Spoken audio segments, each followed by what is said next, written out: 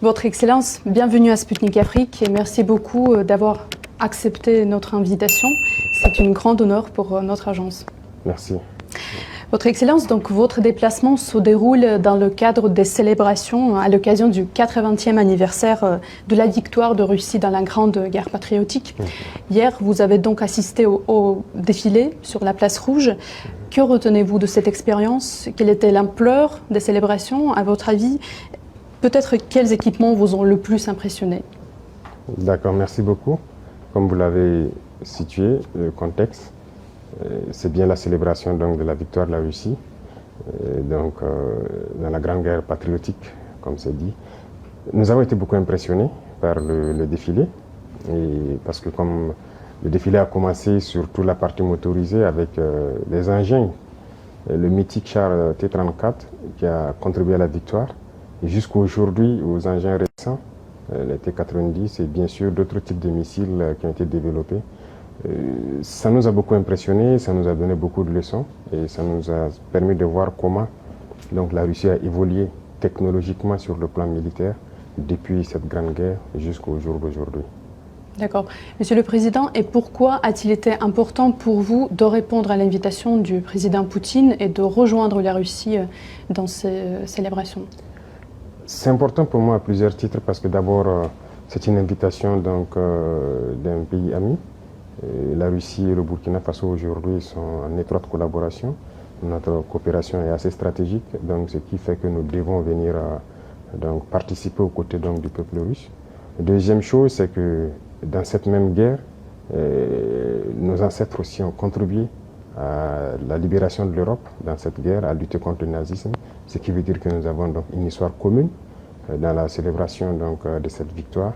C'est très important. Et l'autre chose, c'est qu'aujourd'hui, la Russie et le Burkina Faso sont dans le même combat. Nous avons un monde que je peux qualifier d'unilatéral. Nous voulons un monde multipolaire. Voilà, nous voulons un monde libre, indépendant, un monde de paix, où les nations ne dictent pas donc, à d'autres nations ce qu'elles doivent faire et comment ils doivent être. Donc la Russie est activement dans ce combat, qui est aussi un combat de dénazification, si je peux dire. Et donc nous aussi, nous sommes dans ce même type de combat contre l'impérialisme qui veut nous asservir, qui veut nous garder dans l'esclavage. Donc nous avons donc les mêmes perspectives. Donc c'était très symbolique qu'on vienne participer aux côtés donc, du peuple russe à cette célébration. Notamment, le peuple soviétique a contribué largement à vaincre le nazisme et le Burkinabé, comme vous le dites bien, applique aujourd'hui les efforts pour lutter, pour éradiquer le terrorisme. Voyez-vous des similitudes entre nos deux peuples et en quoi cela se manifeste-t-il plus concrètement? Oui. Moi, j'ai appris beaucoup de leçons dans cette célébration et il y a beaucoup de similitudes dans la lutte que nous menons actuellement. Regardez, le peuple soviétique a sacrifié près de 27 millions de vies pour avoir cette victoire. Ils pouvaient à un moment donné dire que c'est bon, ils signent l'armistice, ils abandonnent. Mais le courage, la ténacité, la résilience a fait qu'ils ont continué le combat et ils ont fini par gagner. Le Burkina mène une lutte depuis maintenant près de 10 ans contre le terrorisme. C'est pas qu'il n'y a pas de morts, il y a beaucoup de morts depuis cette époque jusqu'à aujourd'hui. Mais nous n'abandonnons pas parce que nous savons que nous allons gagner la victoire et nous continuons ce combat. Donc il y a cet état d'esprit-là qui nous fédère et donc c'est ça qui est aussi très intéressant dans ces moments. Et comment analysez-vous l'influence de la victoire soviétique lors de la Seconde Guerre mondiale sur le processus de décolonisation de l'Afrique? Que serait-il arrivé, si on peut essayer d'imaginer, à l'Afrique si le nazisme avait gagné? Ça a beaucoup contribué, je peux dire. Alors, si le nazisme avait gagné, je ne peux pas imaginer. Mais j'imagine, vous savez que les gens ne respectaient pas le noir. Jusqu'à aujourd'hui, ça continue. On a toujours qualifié le noir de sous-homme. Certains nous voyaient comme des animaux en fait. Vous avez suivi les histoires de la colonisation, de l'esclavage. Les noirs ont été torturés, exposés dans des cages comme des animaux sauvages en Europe et tout. Les noirs ont été castrés pour les empêcher d'avoir même de la progéniture. Les noirs ont été traités comme moins que des animaux. Vous savez qu'au Congo, on trouvait que le carton coûtait plus cher que la peau du noir. On préférait sécher le caoutchouc sur la peau du noir que de payer du carton pour sécher le caoutchouc. Le noir a beaucoup souffert. Donc de l'esclavage pendant des siècles et des siècles, la colonisation. Et cette guerre, vous voyez qu'on est venu prendre nos ancêtres sans leur consentement, aller les mettre en boucherie en première ligne. Et au retour encore, vous avez appris ce qui s'est passé au Sénégal. Quand ils ont voulu réclamer leur argent, on les a tués. C'est-à-dire qu'ils ne considèrent pas le noir. Et ça, ils sont allés se battre aux côtés de soi-disant alliés, qui les traitent comme ça. Mais imaginez si c'est le nazisme qui avait gagné. Ça allait être une catastrophe. Donc voilà pourquoi j'ai dit que c'était une lutte à mener. C'était une vraie folie dans le monde. C'était une lutte à mener et l'Afrique a participé. Et aujourd'hui, on peut dire merci parce que le peuple qui a consenti le plus grand sacrifice, c'est le peuple soviétique. Personne n'a perdu autant d'hommes, personne n'a connu autant de destruction pendant la guerre que le peuple soviétique. Donc nous sommes reconnaissants et je pense que c'était nécessaire pour que le monde soit aujourd'hui et que l'Afrique aussi puisse espérer continuer. Monsieur le Président, vous avez récemment déclaré que le Burkina Faso sera le tombeau du terrorisme. Oui. Imposez-vous des délais concrets pour le vaincre complètement et comment voyez-vous la future aide de la Russie en ce qui concerne ceci, l'un des axes principaux du partenariat russo-burkinabé? Je l'ai dit parce que le Burkina Faso, nous travaillons à ce que aujourd'hui il y a beaucoup de criminels qui le recrutent pour venir combattre au Burkina Faso. Ce n'est pas du terrorisme, je ne sais pas comment qualifier ça, c'est de la criminalité. Ce sont des bandits qui ont été armés par les impérialistes pour nous déstabiliser, pour nous maintenir dans la guerre permanente et nous exploiter. Et donc, je l'ai dit, nous travaillons à ce que le Burkina Faso soit le tombeau du terrorisme. Il faut que, lorsqu'on recrute quelqu'un pour venir combattre au Burkina, qu'il préfère se suicider. Et ça va arriver. Parce qu'on les équipe, on les forme, on leur donne la technologie, ces criminels-là, mais nous nous adaptons permanemment. Actuellement, nous sommes dans une phase assez particulière. Ils ont acquis de nouvelles technologies, de nouvelles techniques de combat et tout, grâce donc au soutien de ces impérialistes-là. Mais donc, nous avons étudié la situation et nous allons avoir la réponse tout de suite face à tout ça. Donc, vous allez le voir. Le terrorisme va finir, je ne veux pas donner un délai, mais le terrorisme va finir. Et très vite, aussi vite qu'on le peut. Et la Russie, tout ce que nous demandons, c'est surtout l'apport, je dirais, intellectuel. Voilà, aider à former intellectuellement sur notre industrie militaire qu'on devait développer et aider à former les jeunes gens sur tout ce que nous pouvons développer pour faire face à cette guerre-là. C'est cette partie qui nous intéresse le plus. Et plus concrètement, quel matériau, peut-être quel équipement vous intéresse le plus? Déjà, je peux dire merci parce que la Russie fait partie de l'un de ces rares pays dans ce monde-là qui a pris du matériel militaire venir nous donner pour faire la guerre. Donc ça, c'est significatif. À part la Russie et la Chine, il n'y a pas personne, sinon même pire. Ailleurs, on veut payer, même on refuse de nous vendre. Mais là, ils ont compris qu'on est en guerre. La Russie aussi mène son opération spéciale. On sait que ce n'est pas facile. Mais si dans ça, ils ont pu prendre du matériel, venir donner au Burkina Faso, je pense que c'est déjà très important.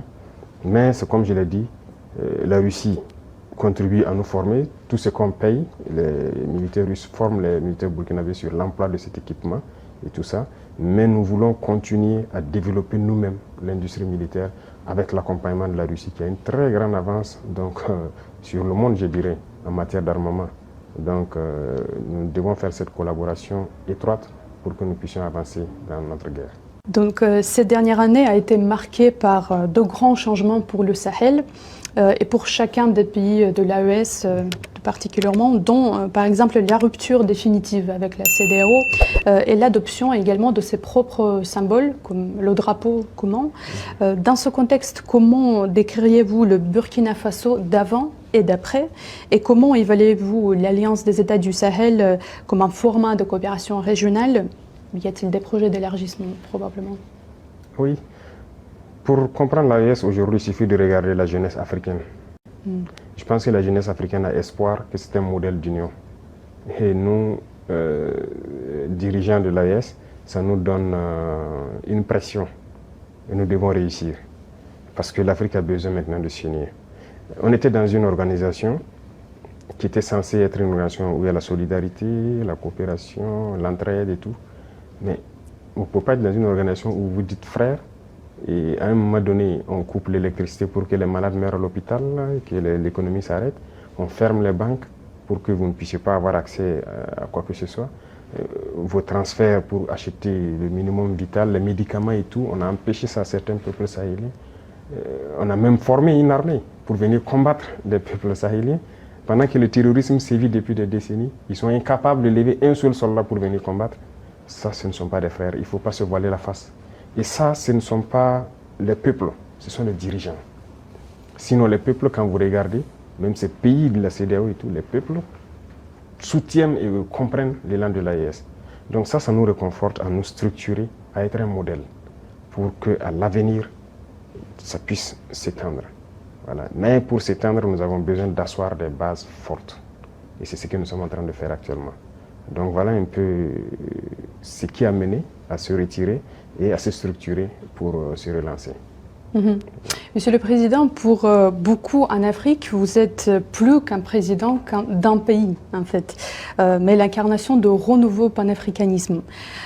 Pourquoi l'Afrique a-t-elle aujourd'hui tout particulièrement besoin d'un, si je peux dire, nouveau Thomas Sankara? Qu'est-ce que cela vous fait, en fait, d'assumer toute cette responsabilité à seulement 37 ans? L'âge n'est pas important. Mais c'est de la pression, je peux dire. C'est de la pression. Il ne faut pas prendre ça, en faire de la folie, de grandeur. C'est de la pression. Moi, c'est un message que la jeunesse me passe et ça me met plus la pression. Si j'arrivais à dormir 2 heures, j'ai réduit mon temps de sommeil à 1 heure. Et s'il ne faut pas dormir, il ne faut plus dormir. Parce qu'ils ont vu quelque chose, sûrement, qu'on est en train de faire. Et selon eux, peut permettre à l'Afrique de sortir donc de cette situation. Et nous, ça nous encourage, ça nous remotive à continuer le combat. Et c'est pourquoi j'ai dit que c'est une pression, c'est une très lourde responsabilité. Et je peux promettre que tout ce qu'on peut faire, c'est de ne pas trahir, c'est de continuer dans notre ligne de combat panafricain, espérer que ça puisse donc prendre donc toute la jeunesse africaine et que le panafricanisme que nous souhaitons tant puisse être une réalité. Parce que l'Afrique a beaucoup souffert. Il est temps qu'on puisse unir, travailler, se développer. Autant les Africains partent ailleurs, voient le mode de vie et tout ce qu'il y a. En Afrique, c'est possible. C'est possible. Donc c'est notre mission et nous allons l'assumer. Monsieur le Président, de plus en plus de pays africains revendiquent leur souveraineté et exigent le retrait des troupes occidentales de leur sol. Récemment, par exemple, le Tchad, le Sénégal, la Côte d'Ivoire ont formulé des demandes similaires. À votre avis, où l'Occident s'est-il trompé dans ses relations avec le continent africain? Bon, ce que je connais, c'est notre situation. Nous étions en guerre, nous avons vécu avec les troupes occidentales et tout. Nous avons vu et nous avons décidé de nous séparer de ces troupes-là parce que ça ne cadre pas avec la lutte. Au contraire, ça amplifie le phénomène. Les autres pays qui sont séparés, je ne peux pas me prononcer parce qu'ils se sont prononcés pour se séparer. Mais après, le président Macron a dit que c'est lui qui les a dit de trouver la formule et tout ça. Moi, je ne peux pas rentrer dans ce débat. Seuls eux, ils connaissent la vérité. Mais une chose est sûre, on ne peut pas parler de souveraineté et avoir une armée d'un autre pays sur notre sol qui nous dicte ce qu'il faut faire. L'économie, l'éducation, tout le développement d'un pays est basé sur l'armée. Donc chaque pays devrait développer son armée, être souverain et indépendant. Et donc c'est ce que nous sommes en train de faire. Quand je prends le cas du Burkina, ces armées ont été présentes et ça a contribué à tuer l'armée burkinabé. On ne recrutait plus.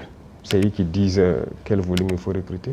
Il n'y avait plus d'armement, d'équipement et tout. Même les années 85 sous Sankara, on était mieux équipés que 10-20 ans après.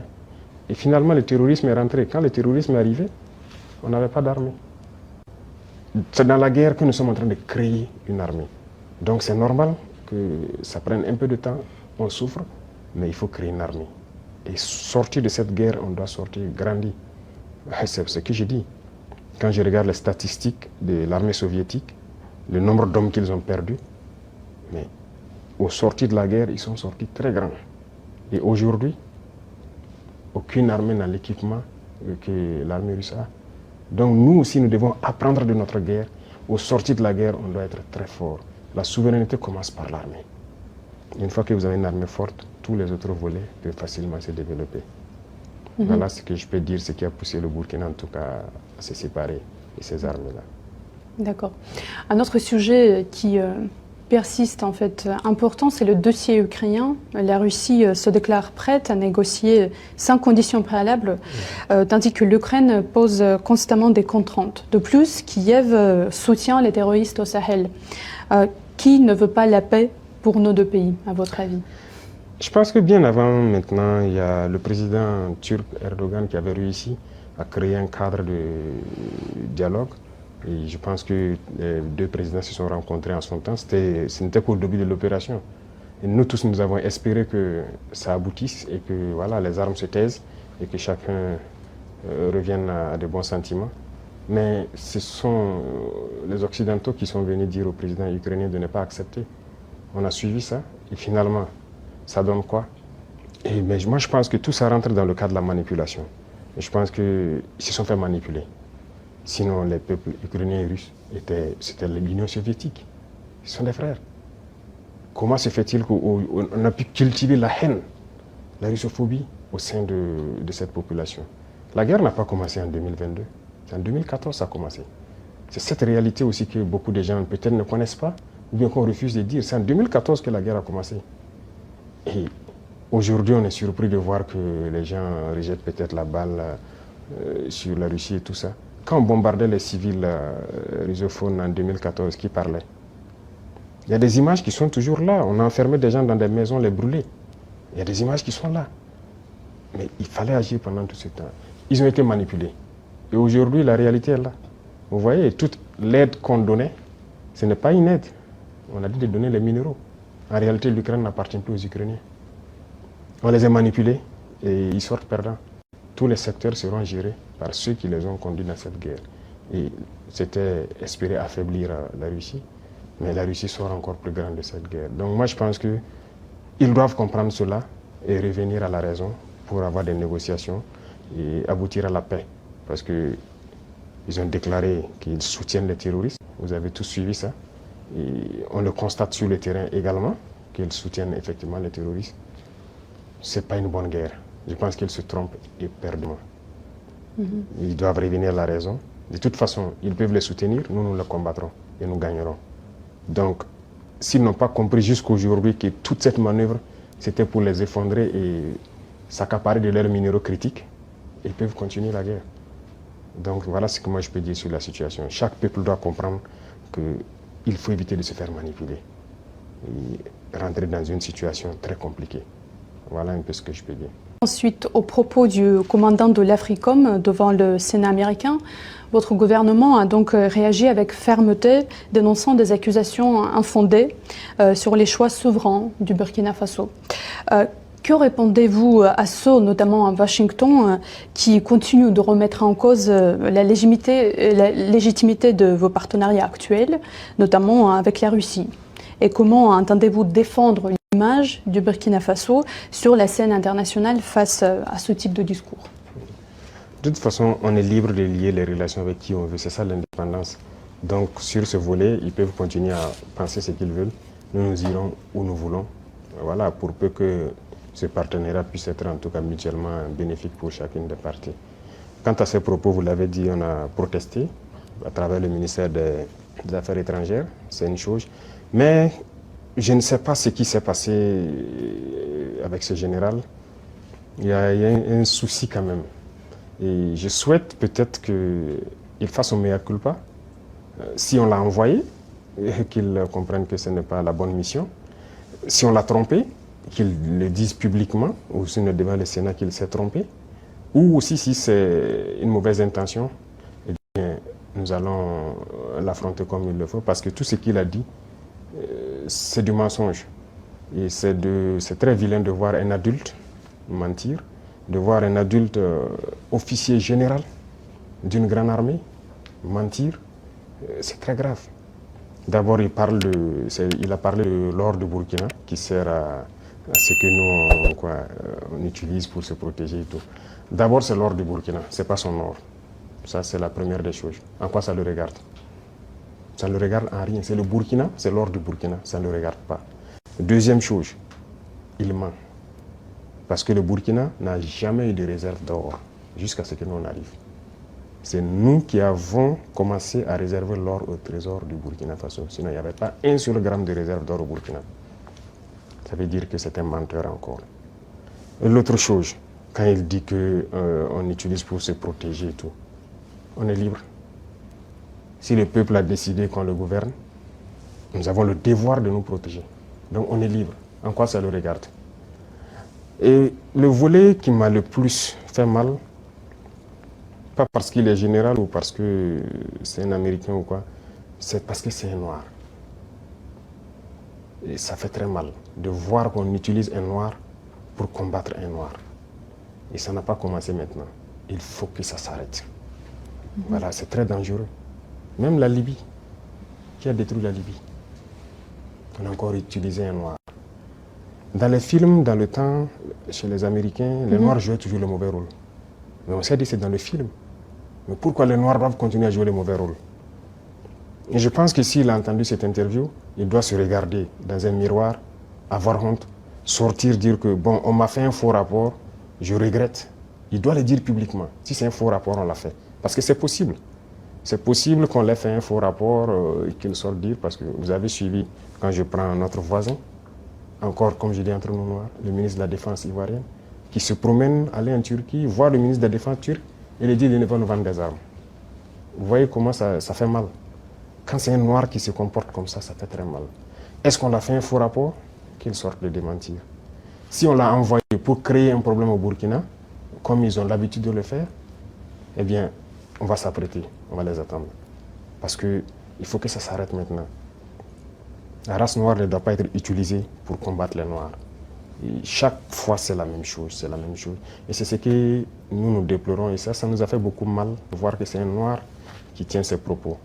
C'est vrai qu'ils peuvent les regretter, par plusieurs canaux, ils essaient de se rattraper. Mais non, ça a été dit publiquement, il faut se rattraper publiquement. Voilà, nous, c'est comme ça. Nous ne sommes plus dans l'hypocrisie diplomatique, comme on aime le dire. Dire des choses haut et fort, et venir en bas dire non, on s'excuse, on n'a pas quoi. Il faut le dire publiquement. Donc, je les invite à se rattraper, à le dire publiquement, parce que la jeunesse africaine a compris, la jeunesse noire dans le monde entier a compris. Cette manipulation ne passe plus. Voilà, ça a toujours été le cas, utiliser de faux alibis pour espérer atteindre d'autres objectifs. Ça ne passe plus. Donc c'est regrettable, mais le Burkina reste dans sa lignée. Nous continuerons à nous développer. Et il a oublié de dire tout ce que nous faisons pour le Burkina. Ce que nous faisons, aucun régime ne l'a réalisé. Voilà, le développement socio-économique du Burkina, qui a fait, voilà, nous sommes en train de construire beaucoup de centres de santé, équipés en appareillage, les examens médicaux, et baisser les coûts des examens médicaux. Quel régime a fait pareil? Personne. Nous sommes en train d'agir sur l'agriculture, labourer gratuitement les champs des paysans, notre production a augmenté et tout. Qui l'a fait? Personne. L'armée que nous sommes en train de créer, d'une nouvelle armée, l'armée burkinabé n'a jamais été autant fournie en effectifs, en équipement que maintenant. Qui l'a fait? Aucun régime. En matière d'emploi, aucun régime n'a créé autant d'emplois que nous l'avons fait. L'industrialisation. Peut-être que c'est ça qui les fait mal, qu'ils veulent arrêter, et il faut inventer des mensonges. En tout cas, je les invite à revoir leur copie. Voilà, c'est ce que je peux dire. C'était un gros mensonge et c'est regrettable. Voilà. Votre Excellence, ce soir, vous rencontrez le président Poutine. Pourriez-vous peut-être partager avec nous quel sujet envisagez-vous d'aborder? Peut-être quels accords seront-ils sur la table de négociation? Non, c'est la coopération, en gros, que nous allons aborder. Voilà. Et aussi, comme je dis, la coopération, nous sommes en train d'aller sur le volet vraiment, certes défense-sécurité qui est d'office là, mais aussi le volet éducation.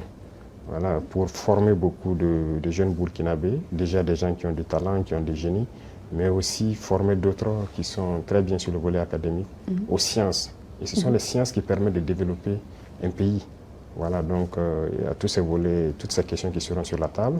Mais aussi, il y a la géopolitique qui est en pleine mutation. Tous les jours, il y a du changement. Et je pense que, comme je dis, nous avons les mêmes perspectives. C'est d'avoir un monde libre, un monde multipolaire libre, où les gens seront indépendants, souverains, de faire tout ce qu'ils veulent faire. Ce sont des questions qui seront abordées, voilà, et aussi principalement notre espace avec notre situation particulière au Sahel, éventuellement que nous allons aborder. Merci beaucoup pour votre réponse.